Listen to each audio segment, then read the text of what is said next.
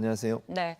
자, 누리과정 사태의 악몽이 재현되는 것 같습니다. 그렇습니다. 무상교육 예산을 놓고 교육부와 기재부가 아주 첨예한 갈등을 벌이고 있는데요. 예. 가장 큰 원인 어디에 있다고 보시는지요? 이거 1차적으로는 이제 돈 문제인 거죠. 지금 말씀하신 것처럼 네. 2조 원 정도가 들어요. 전체 이제 고3 학생들 모두를 고등학교 1, 2, 3학년 학생들을 다 무상교육을 하려면 2조 원 정도의 예산이 필요한데 기재부는 더 이상 예산을 주기가 어렵다고 얘기를 하고 있어요. 그리고 교육부는 2조 원 정도 예산이 필요하니까 교육청이나 교육부 입장에서는 예산을 좀 더 많이 내려달라. 그게 어떤 방법이냐면 지금 현재 지방교육재정교부금이라는 게 있어요. 예. 이게 현재 이제 내국세, 우리나라 국민들이 내는 세금의 20.27%거든요.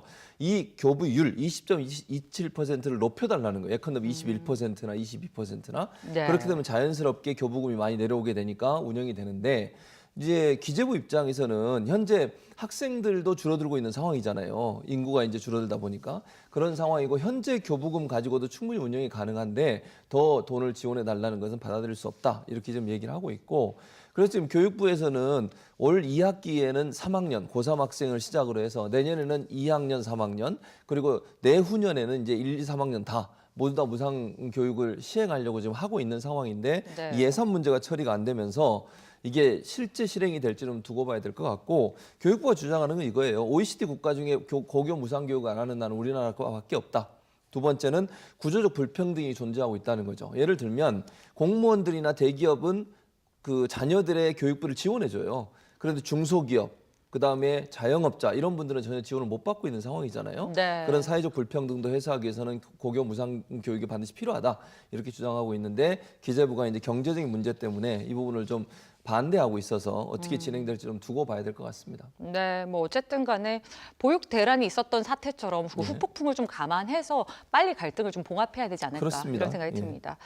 자, 최근에 강남 3구를 비롯한 교육 특구로 불리는 곳에서요. 예. 고등학교를 자퇴하는 학생들이 늘고 있다는 소식이 있습니다. 그렇습니다. 왜 이런 일들이 벌어지는 걸까요? 왜냐면요 학생부 있잖아요. 네. 이제 학생부 종합전형을 소위 수시 모집할 때 학생부 종합전형을 하잖아요.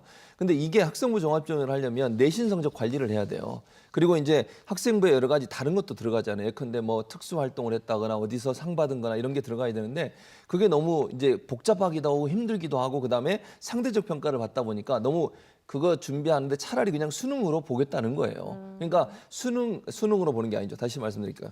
그 검정고시로 보겠다는 거예요. 검정고시를 보게 되면 검정고시 점수는 딱 나오잖아요. 예. 그리고 이제 검정고시의 성적이 일부 학교들은 지금 어떻게 나왔냐? 헌법재판소에서 판결이 하나 나왔어요. 그게 무슨 판결이었냐면 검정고시를 보고서 대학에 입시에 준비하는 학생들은 수능을 내신으로 하는 수시에 이 전형을 볼 수 없도록 돼 있었거든요. 학교마다. 예. 근데 이게 헌법에 위배된다 그래가지고 헌법재판소에서 위헌 판결을 내렸어요. 아. 그러면서 검정고시로 올라온 학생도 수시로 얼마든지 볼 수 있게 해라라고 하는 아하. 법이 이제 그렇게 판결이 나왔거든요. 예. 그러다 보니까 학교마다 검정고시로 들어온 학생들을 수시로 뽑는 제도를 새로 만들고 있어요.